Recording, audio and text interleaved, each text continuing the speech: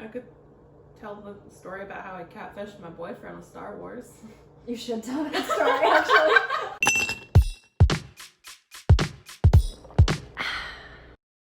What's up, guys? And welcome to Watch Me Wasted. I am Jessica from the Outer Rim. And I'm Caitlin from Jakku.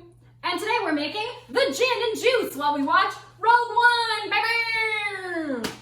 Begin by placing your glass into the freezer. Whoa. To your shaker full of ice, you're only gonna add 2 ingredients: gin, urso, and jury juice, which is my very own recipe. But what's in jury juice, Caitlin? You're the one who made it. She's put on the spot and doesn't know what to say. Ah!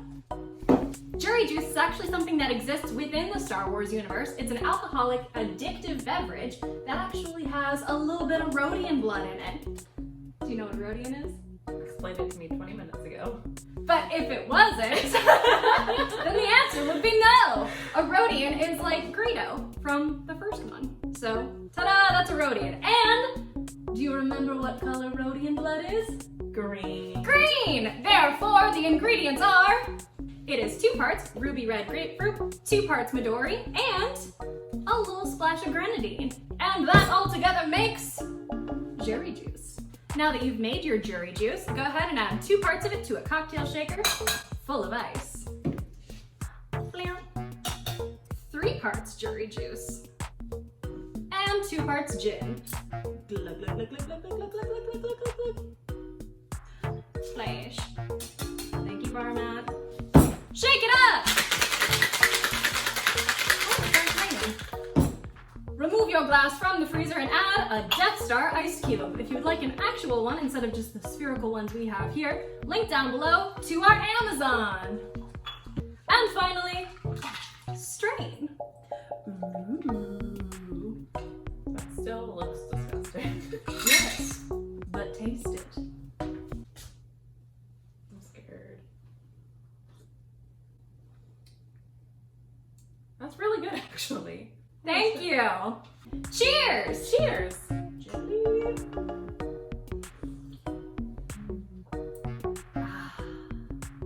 And that is a gin and juice. Hey! So, Rogue One, seen it before? Yes. Many times, same here. It is, In my opinion, and my opinion is correct in this matter, the best Star Wars movie, hands down, all of them. I have had this argument with many a street boy. Before I met my wonderful boyfriend David, I was a frequent on the dating apps, and as soon as they got a whiff of a Star Wars off of me, it's like, oh, what's your favorite movie? And when I answered Rogue One, it was always the wrong choice. Here's the tea. Okay. The thing with Rogue One that makes it the best Star Wars movie, in my opinion, is Gareth Edwards, the director, actually came from a digital effects and visual effects background, and I think that served him a lot telling the story of Rogue One, because all of the effects just kind of work in with the action and don't seem to like take away from it, which can be an issue with other Star Wars movies, especially the remastered ones, because George Lucas doesn't know how to leave shit alone. And that's simply the tea. But no, it's a great movie. It's a great standalone movie. You could fully watch it and understand it and not have any context to anything else in the Star Wars universe. It's beautifully done. Like, Exactly. Holy, it's so. All the other Star Wars movies, I feel, just are kind of there as fan service, where this one was more of a work of art. Exactly. And the thing with Star Wars is it's such an in-depth and involved universe, and you can tell so many stories. My problem with like all of the trilogies, all 3 of them at this point, the trilogy of trilogies, if you will, is that it's just telling one narrative through this entire thing. It just focuses on this. It just focuses on is what I said. It just focuses on the Skywalkers, and like, sure, interesting. However, there's a bunch of other stuff going on that's really cool. So that's where I think Rogue One did a good job as like a standalone thing. Unfortunately, also in my humble opinion, Rogue One doing so well as a Star Wars story gave them false hopes for the film that shall not be named. They definitely can tell a good Star Wars story. Like, of course, we have the example of The Mandalorian, which which is a great standalone story where, again, you really don't need to have the context of any of the other movies. However, when you do have that context and like a vast knowledge of the universe, you pick up on the other little things. I, as a more casual fan, absolutely loved The Mandalorian, but my boyfriend, as like a diehard fan, would mention like, oh, do you know what that's from? Do you know what that's a reference to? And I would never have caught those. It was, the level of detail in some of these things are amazing. And that's what's super cool about it. It doesn't have the other pitfall in Star Wars media, where like, Star Wars fans, hello, I am one of them, are the worst.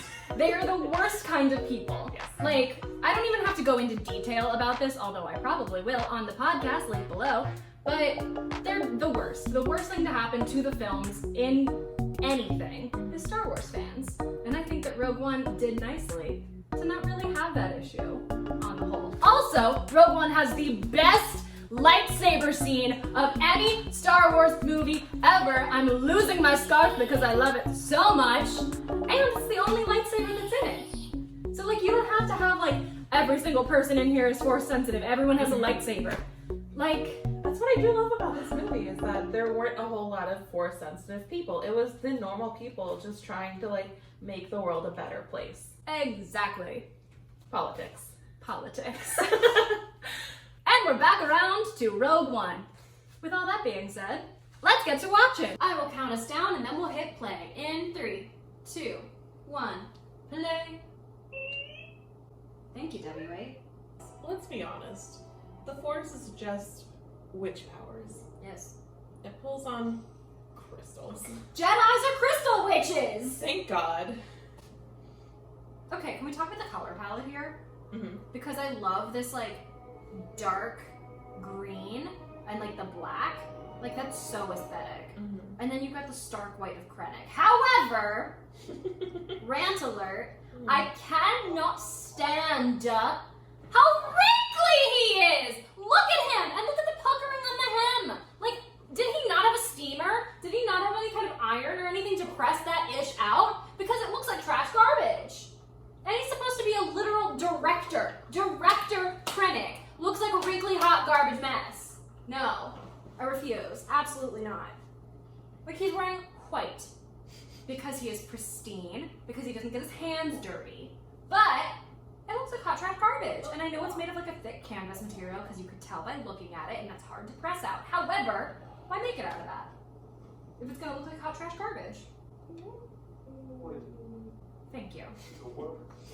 You know the thing where, like George Lucas said that Carrie Fisher couldn't wear a bra with her costume because there's no underwear in space? Maybe there's no steamers in space. That just makes me want to rant some more about men who don't understand underwear. I love that Mon Mothma's just like, I need a white dress, right? And then I'm good? Cool. And that's it. Yeah. Like, she has the closet of a cartoon character. Most of these people do. Fair. They're busy. It's wartime. Exactly. Like, they're not out here having, like, a Capitals Hunger Game level closet. Mm-hmm. Like, they're not all senators. They're just out here living. I could go off on a whole other thing about Padme Amidala's wardrobe. This is a really good illustration of, like, what we were talking about in the earlier part of the video, where this is a movie you can enjoy if you haven't seen the rest of Star Wars, but there's lots of little baby Easter eggs for the other hardcore fans. Of course, yeah. And that's how this should be done. It doesn't have to be like, this is important because Skywalker, boom. Truly. It's like when they try to CGI out people's, like, mustaches and shit when they go on for reshoots. At Superman. Yep. There's plenty of other movies who have done it, but, like, Superman's definitely the worst. But Okay, my favorite's the 1960s Batman, though, when they literally just, like, put makeup inside the Joker's mustache. So you visibly see that he has a mustache, but didn't want to shave it, and they just put white makeup in it. Insert picture here. Head over to the YouTube channel to see it. It's so funny. Do you feel more comfortable now that you've readjusted? yes, I'm also just hot, so uncomfortable because of that. Would you like to add a fan? Not really. Are you sure? I mean, it's nice now, but it's gonna make me feel hotter later. Fair. This is why you could tell that we love all y'all fans that are out there. It's because we sit in the heat Absolutely. to do this for you. Just a fun little nugget of truth. We turn off our AC and the fan because it messes with the audio of the video and podcast. Might have to do some research to see if there's something better we could be doing with our audio where we don't have to turn off. Or if you know, let us know. You can email us at watchmewasted@gmail.com. Business inquiries and business tips only. Thanks. At this point, it'd be worth like a good invest, like Yeah. to just be able to sit here with air conditioning on. Especially in the dead heat of Oh Florida my summer. god, it's August, guys. I mean, it'll be September when you guys see this, but it's August. And spoilers. Hot! We film super ahead of time, so we don't Super stress ahead of ourselves. time. Well, medium we try ahead of our time. best. We try to because it's a big stress. Mm-hmm. You know what's always been hilarious to me? Huh. Especially in this one because we see it actually like go to light speed, I think? Mm-hmm. Question mark? But the idea of the Death Star just traveling through space, like a sphere just going like do-de-do-de-do-de-do through the galaxy, This is normal. is so funny. Like, that's hilarious to me, and I don't know why. Like, I know it can literally blow up a whole planet, Mhm. and does. Spoilers. But, like, it's just so funny. It's so silly. Going back to Lin-Manuel Miranda, I've recently listened through the In the Heights soundtrack. Yes. I saw him in that, actually. I think he's an amazing writer. I think he's an amazing rapper, but I just don't. I'm not a Vocally, fan I of don't his believe singing. he'd be on Broadway if it Yeah. weren't for the rest of his capabilities. If it wasn't for him literally writing musicals for him to star in, I don't think he would be starring in musicals. Correct. He's got so much talent, though. Yes. Like, I'm not trying to discredit him in any way. It's No. just. I also feel the same way about Taylor Swift, especially older Taylor Swift stuff. Like, I think as a songwriter, she's very talented, and like she can like pump out some bops, like credit where credit is due. Vocally, I do not think she is the strongest singer. Yeah. Like, And if you look at there's nothing Kesha's wrong with voice, that. Yeah. or if you look at Demi Lovato's voice, like those are powerhouse singers. And granted, not everyone's going to be Demi Lovato or Kesha. However, I think some people are just not as vocally strong as others. And I think that she could make bank just being a behind-the-scenes songwriter, which I think she's also definitely done. Like, she's gotten her ghostwriting credits on a lot of stuff. But, like, that's my 2 cents, and I'm poor as and I have 0 albums to my name. So take that as you will. Look how beautiful Riz Ahmed's eyes are. Actually, I have this big thing with eyes. Oh. I collect them in a jar. I think eyes I need to go home. Good news, you're here. No, I need to go to a different home. I don't feel safe anymore. What, because I'm a jar full of eyes? Guys, please save me. I live at 123 Internet Street. I'm being held hostage. It's fine. Is it? Okay, let's talk about it. So, Rogue One. Thoughts? It's a great episode. It's a great episode. This movie is a great episode. I mean, what is it? Episode 0?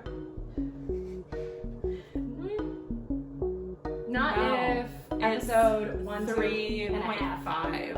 and a half.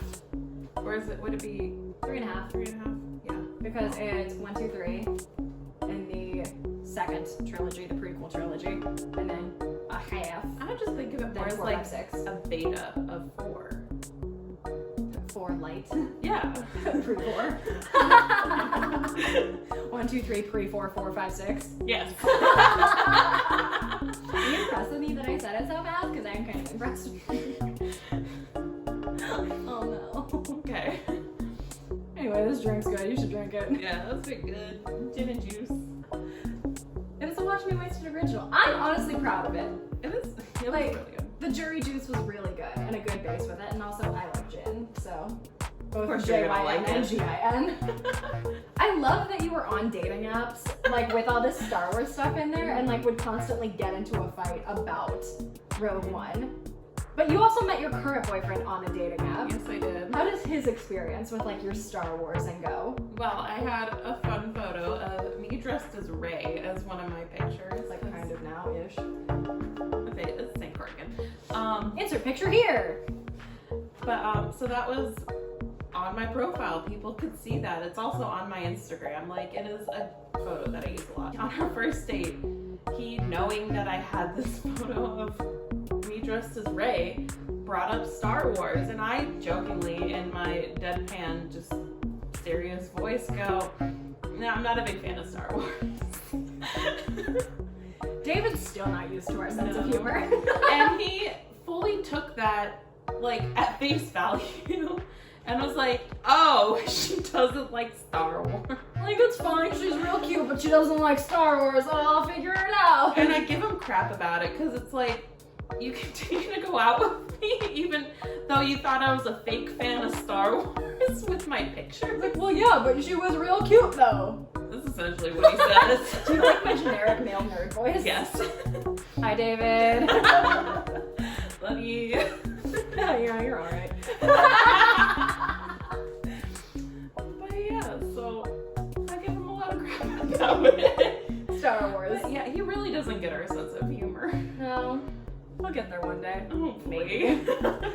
Does Brock understand our humor? 100%. He has our sense of humor. Thank God someone does.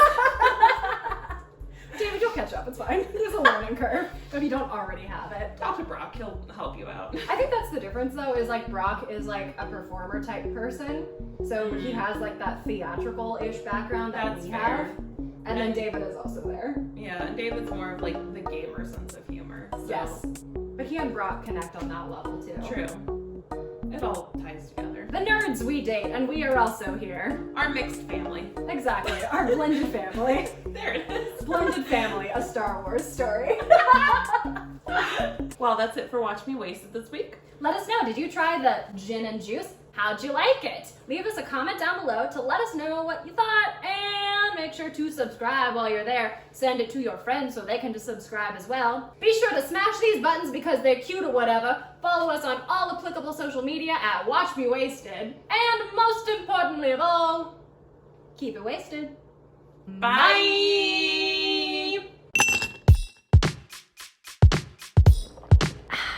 What is it? Ugh, it's so hot. Oh, is it hot in here? So hot in here.